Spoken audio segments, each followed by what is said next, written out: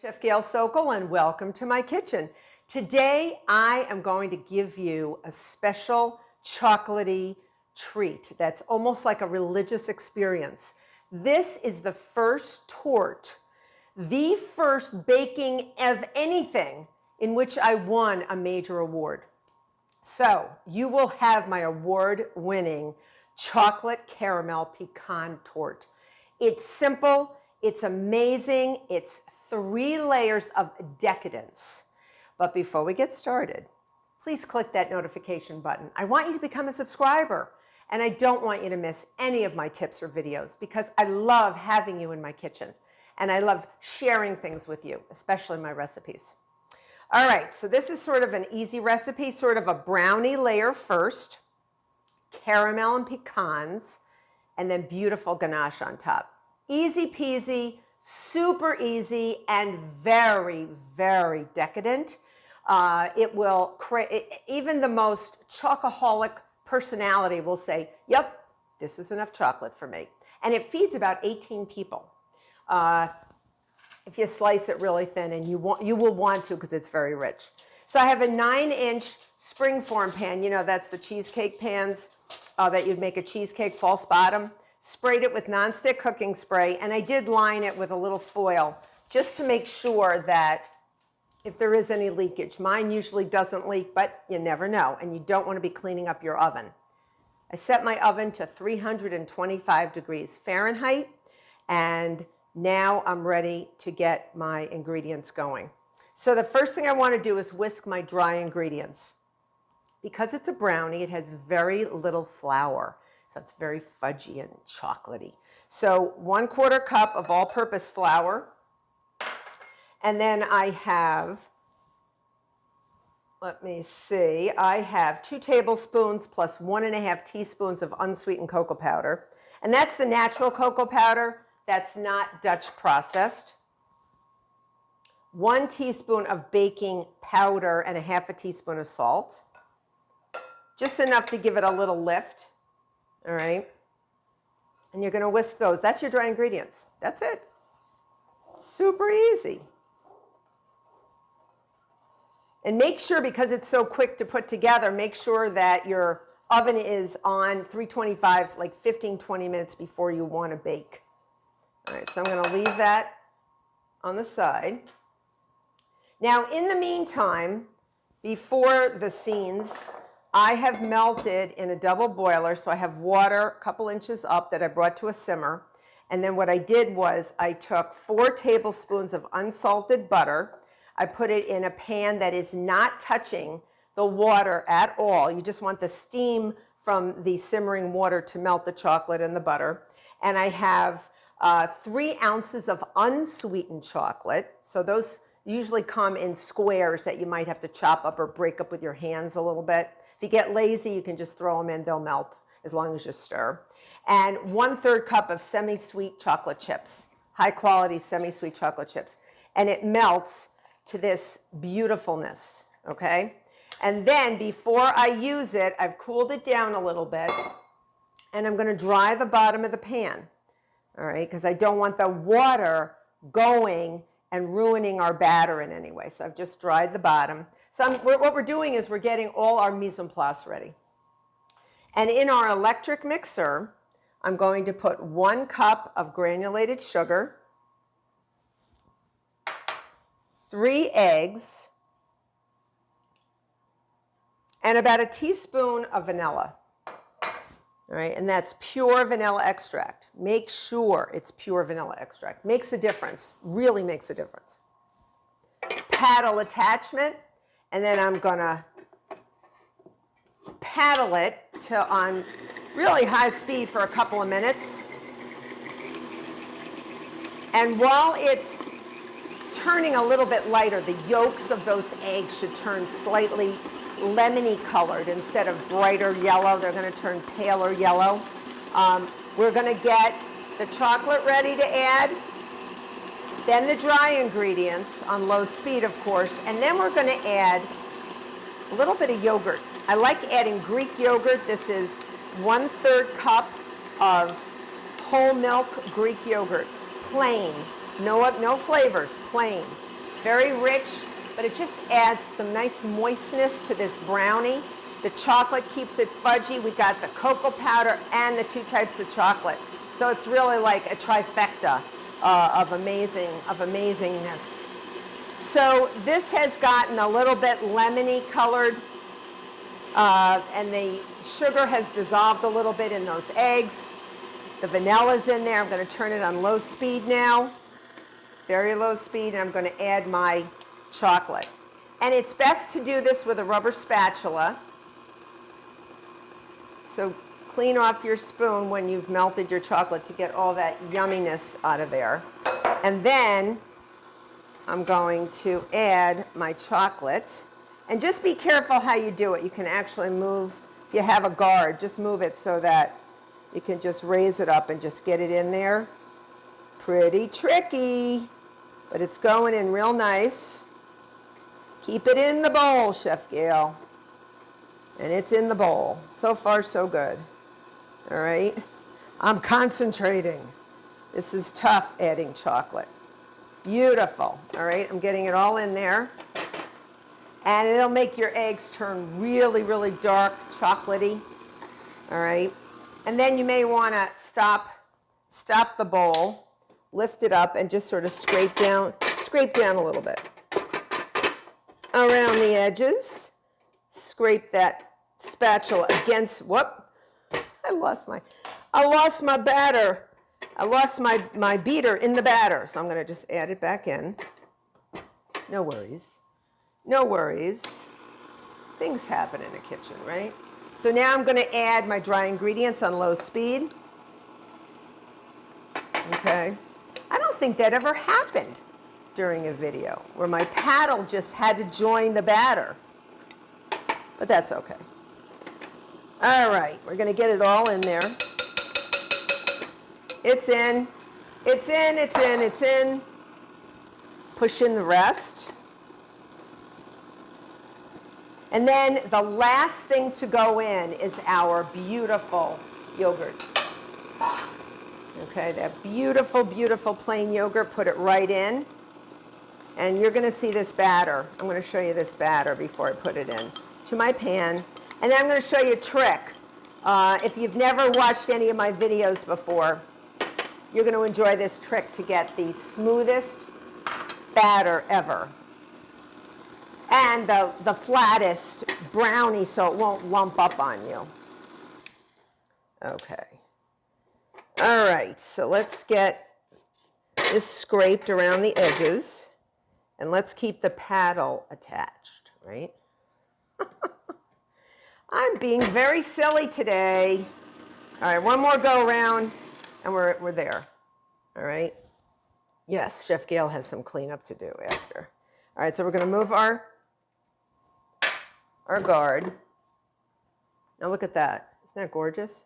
That's a nice batter. That to me says brownie, chocolate, fudge, brownie, yum. So we're going to get that all off. Okay. And then we're going to, what do? I always tell you to scrape around because there's always that little bump on the bottom of an electric mixer. No matter what type of brand you use, you will get that. Just make sure all your ingredients are blended in properly and homogeneously. Whoop, there's a little chocolate. Don't be hiding from Chef Gail. All right.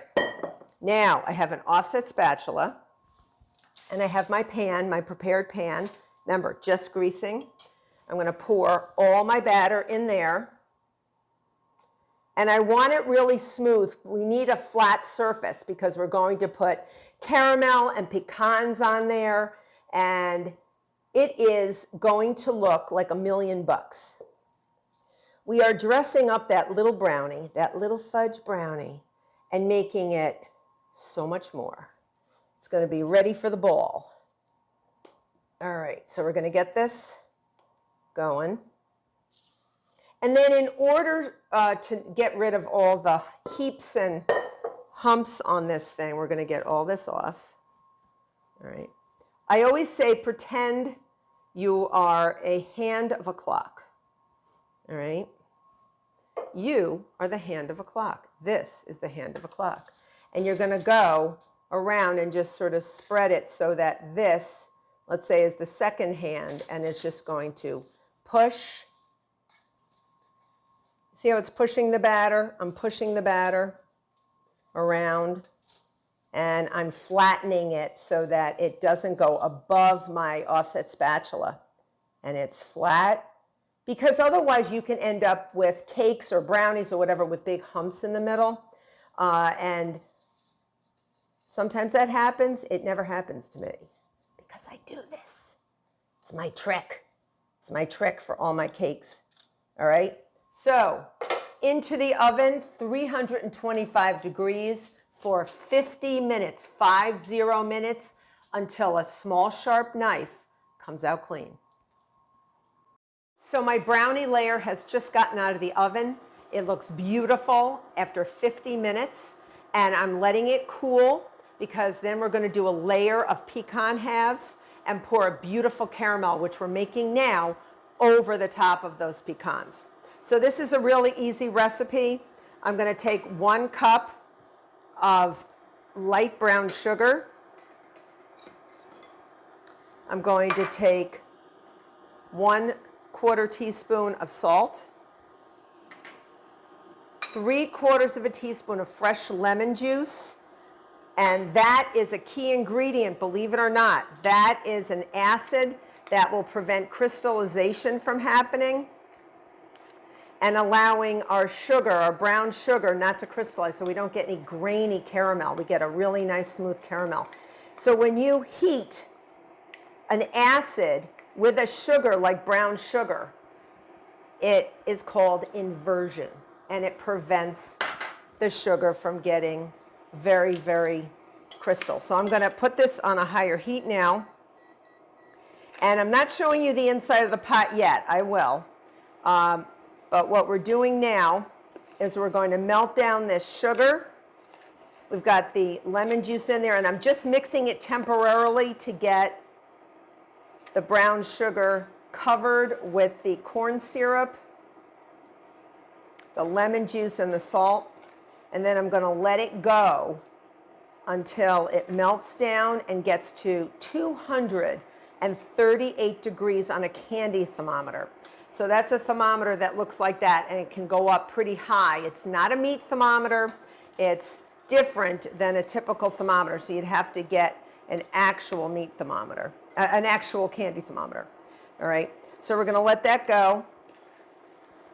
And when it gets to 238 degrees, we take it off the heat, and we're going to be putting in some vanilla and heavy cream and butter to stop the cooking process. And I'll see you back in about 6 minutes. See, our caramel ingredients are beginning to blend together and bubble violently, almost like a volcano. This is the time when you don't want to move and you don't want to leave it. And my thermometer is climbing, so it's going to reach 238 very soon. At that point, I'm going to take it off, and I'll show you what we're going to do next. So we're at 238 degrees on our candy thermometer. I want you to be careful of that candy thermometer. It's piping hot. At this point, we're going to add, I just want to make sure of my ingredients. We're going to add 1/4 cup plus a tablespoon of heavy cream, and watch what it's going to do. It's going to bubble. Be careful. It's going to really bubble up. Because I took it off the heat already, it didn't bubble as much. And then I'm going to add my 1 teaspoon of vanilla. When I stir it, watch it bubble. Just be careful. Don't be scared of it. And then we're going to add, it smells delicious, and 3 tablespoons of unsalted butter. We're going to put it right in. And then we're going to just whisk it. Put it back on the heat if you have to. If you see any lumps, that's just caramel hardening that will soften and liquefy as soon as it gets on the heat. And you can see the caramel's very liquidy, and that's fine because as it cools, it will thicken, and then we're going to pour it over our pecans on top of our brownie. Now we're ready to make our 3rd layer of our torte, and that is our ganache, the chocolatey, most chocolatey layer right on top, the piece de resistance. So I have 1 1/4 cups of heavy cream that I'm putting into a heavy saucepan. And you can see it's going to come to a boil.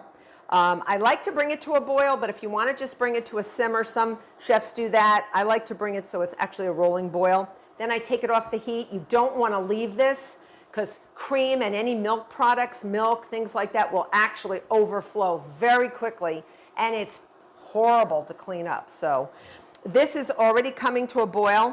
So in a second, when it gets a little bit more vigorous, I'm going to take it off the heat. I have here 2 1/2 cups of high quality semi-sweet chocolate chips. Once you take this off the heat, I'm going to put my chocolate all in all at once, and with my trusty whisk, I'm going to whisk this up until it is completely smooth and luxurious. I'm going to put all that 2 1/2 cups in there, and you can give it a second, give it a minute to sort of melt, okay? The chocolate will only take a few seconds to melt, but let everything sort of get, you know, blended and warm up and get comfortable with each other. And let that melt, and then slowly start whisking. And you'll see the center will actually start melting first and forming this dark core in the center. I always find that. And then I love doing that. I love whisking it. It's almost mesmerizing. It's like going to the spa and getting a massage. I like to watch this. It's like visual massage. And you can actually see it. There's this like little core of chocolate, and then slowly, as the chocolate gets incorporated into the rest of the cream, go around the outer edges and really scrape around. All right, we want everything smooth, everything really, really silky. We don't want to have any lumps of chocolate, although there's nothing wrong with lumps of chocolate. We just don't want them in here. And then once we get this nice and smooth and pourable, we're going to be ready to assemble our beautiful chocolate caramel pecan torte. Brownie has cooled beautifully. It's got some cracks in it. Don't worry. You take your hand that's nice and clean and dry, and to level any cake, just push it along the edges and rotate it, and just push down gently. You don't want to mash it, but level it, because these cracks will settle later on. And we don't want it to be cracked after we pour our caramel on top. Okay? And then I have 1 2/3 cup of pecan halves. And I'm going to lay down concentric circles. And I'm going to do this by hand. I'm actually going to do this one by one, because we're going to pour our caramel. We want a nice clean cut when we do this. So I'm going to continue to do this all the way around. Fit those pecans in as best you can.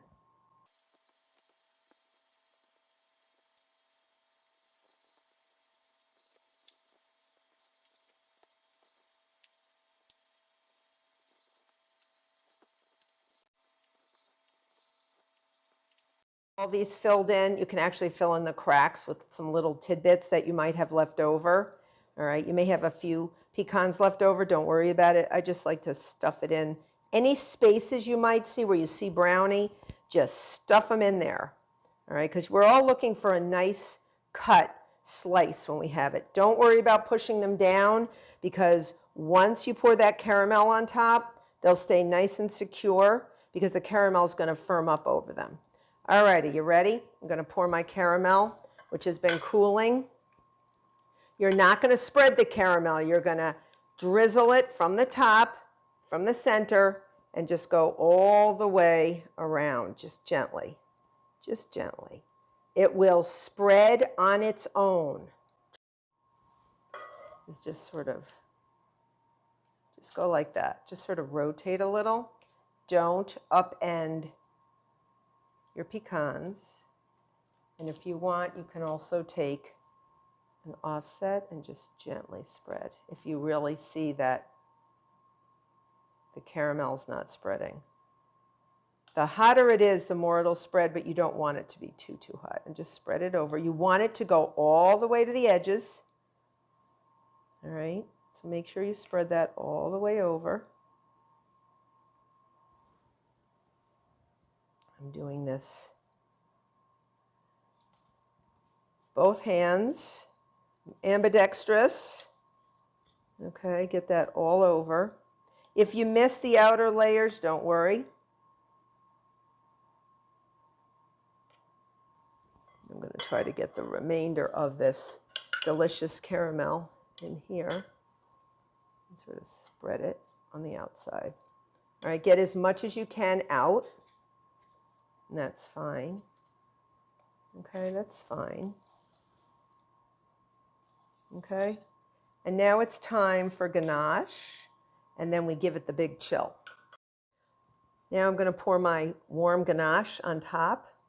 Just do it gently and sort of rotate it around.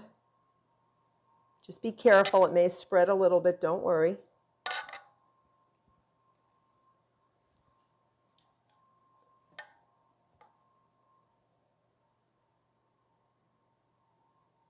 Just do the best you can, moving it around, because we're going to chill this whole baby. This big torte, we're going to chill it before we do anything with it.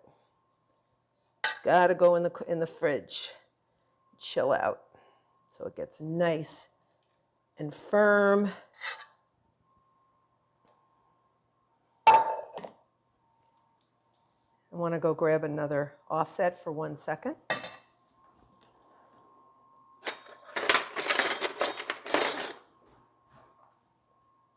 Just going to rotate it. Push my pecans down. If you want, you can let the caramel layer cool before you put your ganache down. Sometimes I don't wait and I just top it with the ganache. And it works out usually pretty well. Just go around. Remember, you've greased the sides and greased the bottom, so it should come out with no problem. I still have a little ganache in here, so I'm going to reach in, get as much as I can out, and spread it. Okay. You're not going to cover it. You're going to put it just like this in the fridge. And you can leave this overnight. This torte freezes well too. You could actually make this like this and then say, hey, I'm having company in a month, in a week, and freeze it and then just thaw it. I have chilled my chocolate caramel pecan torte for about an hour. And if you want to make it chilled faster, throw it in the freezer. And I took it out and I put it on a cutting board so you could see it in all its glory. And I'm going to cut it. And the way to cut a cake this dense and this chocolatey, you get a big knife and you dip it in super hot water so that the metal part of the knife, the tang it's called, gets super hot because metal's a good conductor. And then you dry it off, little surgery. And I'm going to cut right through, oh, like butter. So it's not frozen. It's only been in the freezer for about an hour just to chill it. And I'm going to rotate it. And then I'm going to cut you a big slice. And I'm not going to share it with anybody but you. So I'm going to cut it right in half so you can see. I want you to see how beautiful this cake is and why it won me this award. This was actually the first time I ever entered anything. I had started working as a pastry chef and I was still a student, a culinary student. And I thought, do I dare? And I did. And I was shocked. And my boss, who was a certified master chef, said, you won! Oh my God! So it was crazy. It was so crazy. And then I had to make it for the restaurant. It was so exciting. All right. And I got a plaque and everything. And it was awesome. All right, here we go. Hold on. I'm turning it. I'm turning it. First pieces are always messy, but I'm still eating it. Oh, wait a minute. Wait a minute. Wait a minute. Have patience, my children. It's coming. It's a-coming. Oh, God. Okay. You ready? You ready? It's ooey and gooey. Oh, oh, oh. Is that a thing of beauty? Is that a thing of beauty? Any way you slice it, it is brownie, caramel, pecans and pecans and pecans, and then ganache. And if that doesn't satisfy your chocolate tooth, nothing will. Nothing will. So I'm going to present this to myself, and it will be scrumptious. I would like you to try to make this cake. It's not hard. It is delicious. The caramel is slightly oozy. Why wouldn't it be? Why wouldn't you want it to be? And I want you to become a subscriber so you can make this glorious chocolate caramel pecan torte. Until next time.